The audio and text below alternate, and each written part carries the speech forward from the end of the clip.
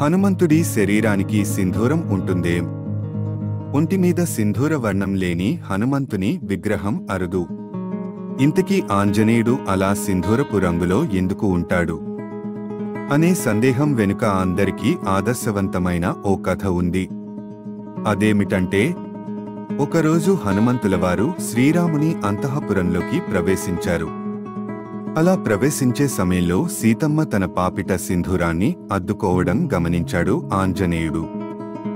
సీతమ్మవారు అలా పాపిట సింధూరాన్ని అలముకోవడం చూసి ఆయనకి భలే ఆశ్చర్యం వేసింది.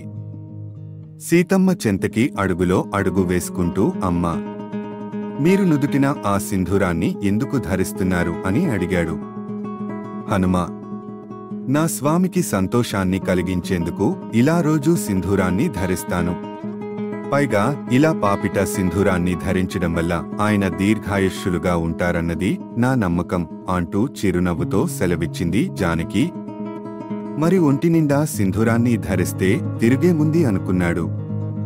అనుకున్నదే ఆలస్యం. తన ఒంటినిండా నూనె కలిపిన సింధూరాన్ని దట్టించాడు. శిరస్సు నుంచి పాదాల దాకా సింధూర వర్ణంలో మెరిసిపోతున్న ఆంజనేయుడు నేరుగా రాముని దర్బారులో ప్రవేశించాడు. ఆ స్థితిలో హనుమంతుని చూసిన రాముడు ఆశ్చర్యానికి అవధులు లేకపోయాయి. ఏమిటి హనుమా, ఒంటి నిండా ఏమిటా రంగు అని చిరునవ్వుతో అడిగాడు. స్వామి, సీతమ్మ తన పాపిట సింధూరం ధరిస్తే మీకు సంతోషము, ఆయుష్షు వృద్ధి చెందుతాయని సెలవిచ్చారు. మరి నేను ఒంటి నిండా సింధూరాన్ని అలముకుంటే మరింత శ్రేయస్సు కలుగుతుందో కదా, అందుకనే ఇలా అంటూ చెప్పుకొచ్చాడు.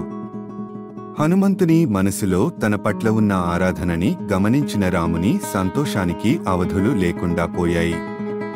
హనుమా, నువ్వు నా భక్తులందరికీ మరోసారి ఆదర్శంగా నిలిచావు. ఇక మీదట ఎవరైతే నీ సింధూరాన్ని ధరిస్తారో వాళ్ళు నీ అనుగ్రహానికే కాదు, నా అనుగ్రహానికి కూడా పాత్రులవుతారు అంటూ ఆశీర్వదించారు. అదిగో అప్పటినుంచి హనుమంతులవారు నిత్యం సింధూరవణంలో మెరిసిపోవడం, ఆయన సింధూరాన్ని మనము కాస్త నుదుటిన అద్దుకోవడం ఆనవాయితీగా వస్తోంది.